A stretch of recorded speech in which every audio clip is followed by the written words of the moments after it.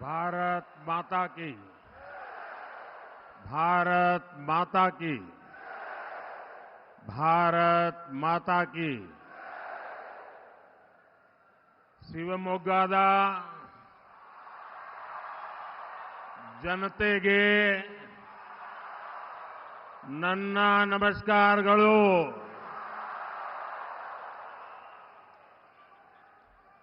मैं शक्ति स्वरूपा सिगंदरू चौड़ेश्वरी देवी के चरणों में श्रद्धापूर्वक प्रणाम करता हूं. हम सभी के लिए आपका ये प्यार, आशीर्वाद, जन समर्थन की ये लहर कर्नाटका के कोने कोने में बीजेपी को मिल रहा अपार जन समर्थन, ये ऊर्जा, ये दृश्य अपने आप में ऐसा लग रहा है कि पूरा मैदान ऊर्जा से भरा हुआ है.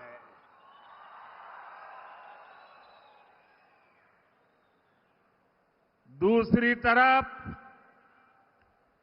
भ्रष्टाचार और तुष्टीकरण में डूबे इंडी एलायंस की नींद उड़ गई होगी. और शिवमोगा तो खास तौर पर ये ऐसी भूमि है, जनसंघ के जमाने में जब हमें कोई जानता नहीं था, कोई हमारा म्युनिसिपैलिटी का मेंबर नहीं होता था, ऐसे समय येदियुरप्पा जी ने अपनी पूरी जवानी यहां खपा दी थी. ये उनकी तपोभूमि रही है. इस क्षेत्र की, कर्नाटका की हर सीट से मोदी का डेवलपमेंट एम्बेसडर को हमें चुन करके दिल्ली भेजना है. आपको कर्नाटका की 28 की 28 सीटें, ऑल 28 सीट बीजेपी एनडीए को देने के लिए मैं आज आपको प्रार्थना करने आया हूं.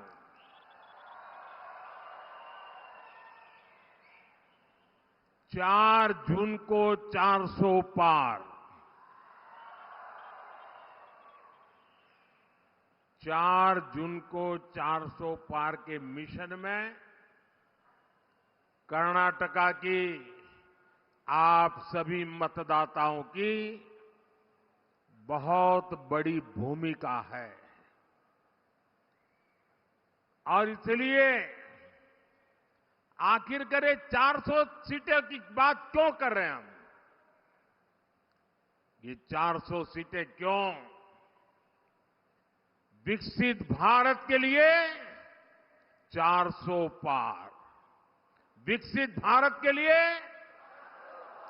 विकसित भारत के लिए, विकसित कर्नाटका के लिए, विकसित कर्नाटका के लिए, गरीबी कम करने के लिए, गरीबी कम करने के लिए, आतंक पर प्रहार करने के लिए, भ्रष्टाचारियों पर कार्रवाई के लिए, किसानों की समृद्धि के लिए, युवाओं के नए अवसर देने के लिए ಈ ಬಾರಿ 400 ಮೀರಿ,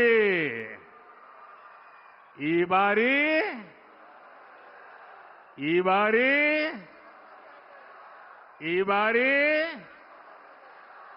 साथियों, पिछले 10 वर्षों में देश ने बीजेपी का काम देखा है।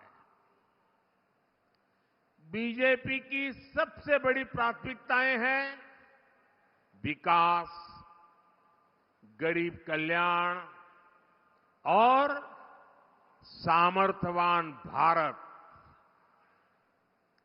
वहीं दूसरी ओर कांग्रेस है। कांग्रेस के पास विकास का एजेंडा नहीं, इसलिए वो तरह तरह के हथकंडे आजमाती है। कांग्रेस का पहला हथकंडा है झूठ बोलो, बड़े बड़े झूठ बोलो, बार बार झूठ बोलो, जहां जाओ वहां झूठ बोलो, सुबह शाम झूठ बोलो। कांग्रेस का दूसरा हथकंडा है अपने झूठ को ढकने के लिए नए झूठ बोलो।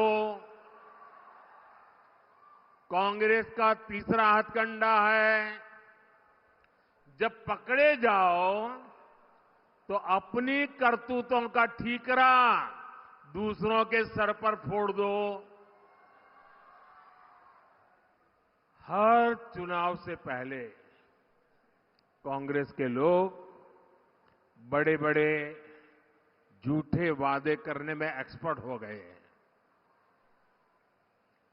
यहां कर्नाटका में भी कांग्रेस ने यही किया और अब सरकार बनने के बाद कांग्रेस फिर झूठ पर झूठ, झूठ पर झूठ, झूठ पर झूठ बोले जा रही है। कभी वो केंद्र को जिम्मेदार बता रही है, कभी मोदी पर आरोप लगा रही है, तो कभी दूसरी पार्टियों पर अपनी नाकामी का ठीकरा फोड़ रही है। क्योंकि कांग्रेस की मंशा कभी लोगों की भलाई करने की नहीं होती। कांग्रेस का केवल एक ही इरादा होता है, लोगों को लूटना, अपनी जेब भरना। इसलिए कांग्रेस को जब से कर्नाटका में मौका मिला है तो इन्होंने कर्नाटका को अपना एटीएम बना दिया है। यहां इनकी लूट इतनी बढ़ गई है कि सरकार चलाने के लिए पैसे तक नहीं बचे और इस लूट में भागीदार बनने की होड़ मची हुई है। कोई यहां सीएम इन वेटिंग है, कोई यहां फ्यूचर सीएम एस्पिरेंट है, कोई यहां सुपर सीएम है, कोई यहां शैडो सीएम है और इतने सारे सीएम के बीच एक दिल्ली के कलेक्शन मिनिस्टर भी है। कांग्रेस की इस करतूत का नुकसान कर्नाटका के लोगों को उठाना पड़ रहा है। कुछ ही महीनों में कांग्रेस की सरकार ने कर्नाटका की साख को बहुत बड़ा धक्का लगा दिया है। मैं कांग्रेस के प्रति कर्नाटका के लोगों का आक्रोश देख रहा हूं, उनका गुस्सा समझ रहा हूं। कांग्रेस सरकार के ऐसे रवैये के बीच बहुत जरूरी है कि कर्नाटका की लोकसभा की हर सीट पर बीजेपी एनडीए को विजय मिले। बीजेपी एनडीए के सांसद कर्नाटका के लोगों की सेवा के लिए काम करेंगे, यहां केंद्र की योजनाओं को अच्छी तरह से लागू करने में मदद करेंगे। साथियों, कल मुंबई में शिवाजी मैदान में इंडिया अलायंस की तरफ से एक खुला ऐलान किया गया है। वो लोग हिंदू धर्म में समाहित शक्ति को समाप्त करना चाहते हैं। हिंदू शक्ति को समाप्त करने का उन्होंने बीड़ा उठाया है। हिंदू समाज जिसे शक्ति मानता है, उस शक्ति के विनाश का उन्होंने ऐलान कर दिया है। अगर शक्ति के विनाश का उनका ऐलान है, तो शक्ति की उपासना का हमारा भी ऐलान है। मैं जब सार्वजनिक जीवन में आया, जब मैंने अपने समय का पल पल और शरीर का कण कण लोगों की सेवा के लिए समर्पित करने का संकल्प लिया, तो मुझे इसी शक्ति ने ऊर्जा दी। आज भी मैं शक्ति की उपासना करता हूं। देश के कोटि कोटि लोग हिंदू धर्म की शक्ति के उपासक हैं। और मैं तो हैरान हूं, कल शिवाजी पार्क में शक्ति के विनाश का ऐलान हो रहा है।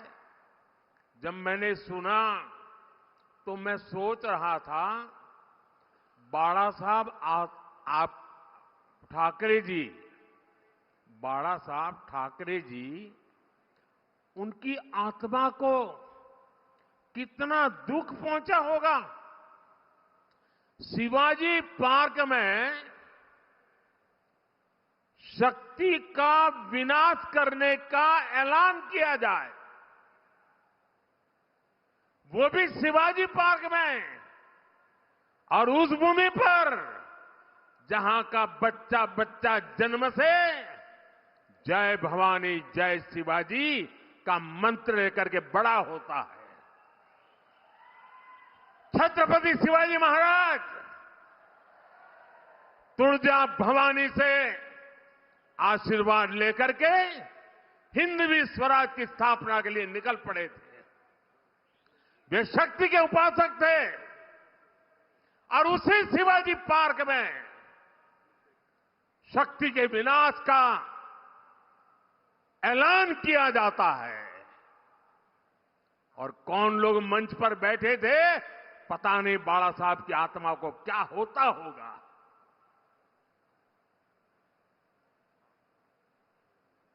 शक्ति का विनाश करने की सोच, साथियों, मेरे लिए देश की नारी भी इसी शक्ति का प्रतिबिंब है। इसलिए हमारी सरकार की योजनाओं में सबसे ज्यादा प्राथमिकता नारी शक्ति को दी जाती है। आजादी के बाद आज तक किसी सरकार ने नारी शक्ति पर इतना बल नहीं दिया जितना हमारी सरकार ने दिया है। और इसलिए ही जब चंद्रयान वहां पहुंचा जहां कोई नहीं पहुंचा था, तो हमने उस स्थान को शिव शक्ति पॉइंट का नाम दिया। कई पॉलिटिकल जानकार कहते रहे हैं कि नारी शक्ति मोदी की साइलेंट वोटर है, लेकिन मेरे लिए देश की नारी शक्ति वोटर नहीं, बल्कि मां शक्ति स्वरूपा है। नारी शक्ति का यही आशीर्वाद मेरा सबसे बड़ा सुरक्षा कवच है। हम तो हमेशा से कहते आ रहे हैं, या देवी सर्वभूतेषु शक्ति रूपेण संस्थिता नमस्तस्यै नमस्तस्यै नमस्तस्यै नमो नमः। इसी भावना के साथ हम मां भारती की भी पूजा करते हैं। इसी भावना के साथ हम मां भारती की शक्ति उसे बढ़ाना चाहते हैं। हमारे राष्ट्र कवि कुवेंपु ने भी कर्नाटका की इस धरती के लिए क्या कहा था? कुवेंपु जी ने कहा था, मंत्र कणा, शक्ति कणा, ताई कणा, देवी कणा। उन्होंने कर्नाटका माता को भी शक्ति के रूप में देखा था। इंडी अलायंस के लोग अब इसी शक्ति को कुचलना चाहते हैं, तबाह करना चाहते हैं, समाप्त करना चाहते हैं। इन्हें मां भारती की बढ़ती हुई शक्ति से नफरत हो रही है। इन्हें भारतीय नारी का उत्थान अच्छा नहीं लग रहा है। इन्हें भारतीय नारी का सशक्तिकरण पसंद नहीं आ रहा। शक्ति पर वार का मतलब है देश की माताओं, बहनों, बेटियों पर वार। शक्ति पर वार का मतलब है नारी कल्याण की योजनाओं पर वार। शक्ति पर वार का मतलब है मां भारती की शक्ति पर वार। ये शक्ति ही है जिसके अवतरण से भारत की भूमि से आतंक और अत्याचार का अंत होता है। इंडिया अलायंस ने, कांग्रेस ने इसी शक्ति को ललकारा है। कांग्रेस को इसका जवाब देश की हर महिला, हर बहन, हर बेटी देगी, शक्ति का हर उपासक देगा। 4 जून को इन्हें पता चल जाएगा कि शक्ति को ललकारने का मतलब क्या होता है। साथियों, कांग्रेस सत्ता हासिल करने के किसी भी हद तक जाने वाली पार्टी है, लेकिन अंग्रेज तो चले गए, लेकिन कांग्रेस ने अंग्रेजियत वाली मानसिकता नहीं छोड़ी। बांटो और राज करो, वो अपनी विरासत कांग्रेस को देख करके गए हैं। कांग्रेस ने पहले देश को बांटा, जाति में बांटा, समुदाय में बांटा, धर्म, क्षेत्र और भाषा के आधार पर लोगों को बांटा और सत्ता हासिल करने के लिए कांग्रेस ने देश का बंटवारा भी कर दिया। लेकिन फिर भी बांटने वाली इस मानसिकता वाली कांग्रेस को इतने से संतोष नहीं हो रहा है। अब कांग्रेस फिर से देश को बांटने वाले खतरनाक खेल भी खेलने लगी है। अभी अपने इस मंसूबे पर भी खुलकर बोलने लगे हैं। अभी हाल ही में कर्नाटका के कांग्रेस सांसद ने देश को एक बार और बांटने का बयान दिया है। ऐसे सांसद को पार्टी से निकाल फेंकने के बजाय कांग्रेस पार्टी उसका बचाव कर रही है। कर्नाटका ऐसी राजनीति और ऐसे षड्यंत्रों को कभी सफल नहीं होने देगा। कर्नाटका की धरती का ऐसा अपमान करने वाली कांग्रेस को इस लोकसभा चुनाव में चुन चुन करके साफ कर देना चाहिए। करेंगे ना? करेंगे ना? जरा दोनों हाथ ऊपर करके बताइए, करेंगे ना? चुन चुन करके साफ करेंगे ना? 26 अप्रैल और 7 मई को आपको इसी संकल्प को लेकर निकलना है। 26 अप्रैल और 7 मई को आपको अपने वोट से कांग्रेस के विभाजनकारी मंसूबों को ध्वस्त करना है। साथियों, आजादी के बाद कांग्रेस ने जो व्यवस्था बनाई उसमें गरीब और गरीब होता गया, कंगाल होता गया और गरीब के अधिकार छीनते रहे। कांग्रेस ने हमेशा देश के गरीब को मूलभूत सुविधाओं को भी तरसा कर रखा। बीते 10 वर्षों में हमने इन हालातों को बदलने के लिए काम किया। पिछले 10 वर्षों में भारत के 25 करोड़ लोग गरीबी से बाहर हुए हैं। ये इसलिए संभव हुआ क्योंकि हमने गरीबों की समस्याओं पर फोकस किया।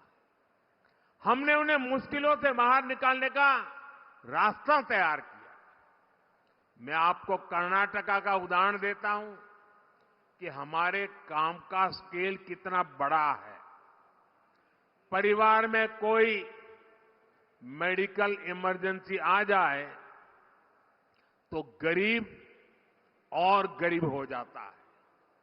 लेकिन हमने आयुष्मान भारत योजना के तहत अकेले कर्नाटका में 75 लाख से ज्यादा लोगों का मुफ्त इलाज कराया है।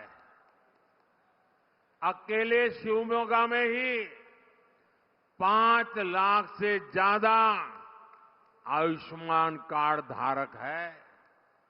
इसी तरह कर्नाटका में 40 लाख से ज्यादा गरीब महिलाओं को मुफ्त गैस कनेक्शन दिया गया है।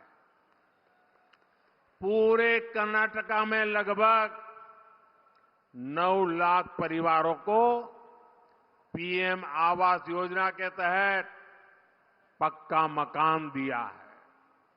साथियों, ये जो लाखों करोड़ों लोगों को हमारी योजनाओं का फायदा मिला है, उनमें से ज्यादातर एससी, एसटी और ओबीसी समुदाय के हैं।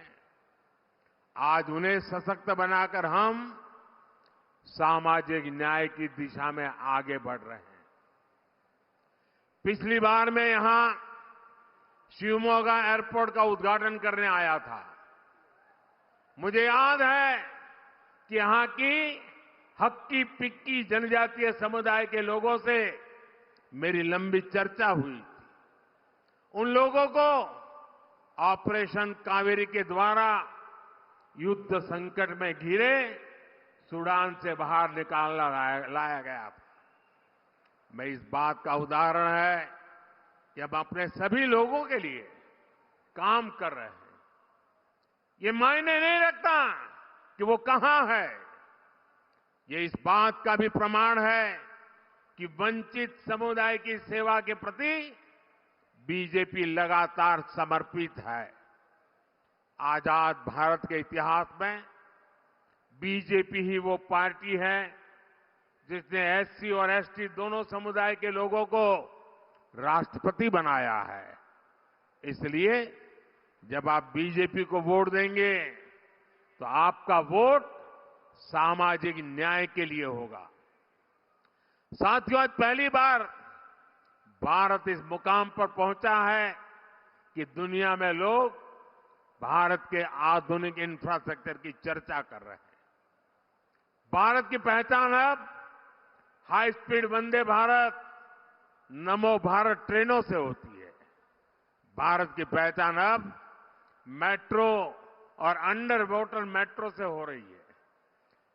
भारत की पहचान अब हाई स्पीड इंटरनेट और 5G से होती है। भारत की पहचान अब गांव-गांव में यूपीआई टेक्नोलॉजी से होती है।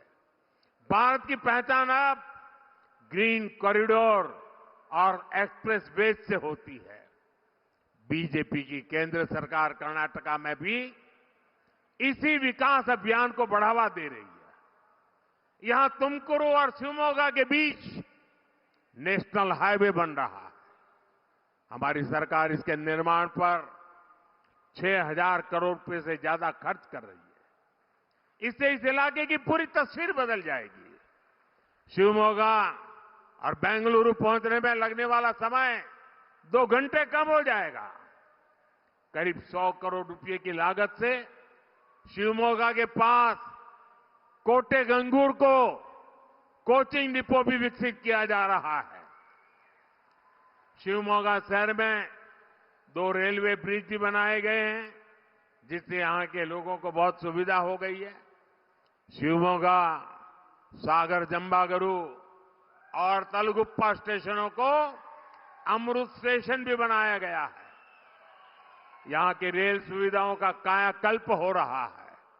साथियों, अगले 5 वर्षों में विकास के इस अभियान को और गति मिलने वाली है। अगले 5 वर्ष देश उन फैसलों का गवाह बनेगा जो पहले कभी नहीं हुए। अगले 5 वर्षों में ही भारत दुनिया की तीसरी अर्थव्यवस्था बनेगा। अगले 5 वर्षों में गरीब कल्याण की योजनाएं 100% लोगों तक पहुंचेगी। जैसे अब तक पक्का घर नहीं मिला, नल से जल नहीं मिला, आयुष्मान कार्ड नहीं मिला, सबके घर तक एनडीए सरकार पहुंचेगी। अगले 5 वर्षों में युवाओं के लिए अवसरों के नए द्वार खुलेंगे और ये रास्ता 26 अप्रैल और 7 मई को आपके वोट से पक्का होगा। 26 अप्रैल को उडुपी चिकमंगलूर सीट पर श्री कोटा श्रीनिवास, दक्षिण कन्नड़ा सीट पर कैप्टन ब्रिजेश चौटा और बेंगलुरु रूरल सीट पर डॉक्टर सीएन मंजुनाथ, इनके लिए बड़ी संख्या में वोट डालने हैं। इसके बाद 7 मई को शिवमोगा की सीट पर श्री बी.वाई. राघवेंद्र और दावणगेरे में श्रीमती गायत्री सिद्धेश्वर को भारी मतों से विजयी बनाना है। मुझे विश्वास है कि 4 जून को कर्नाटका की हर सीट पर विकास का कमल खिलेगा। लेकिन इसके लिए मैंने तो बहुत गारंटी दी, आपको मुझे गारंटी देनी होगी कि हर पोलिंग बूथ में कमल ही कमल खिलेगा। खिलेगा, खिलेगा, कमल खिलेगा, कमल खिलेगा।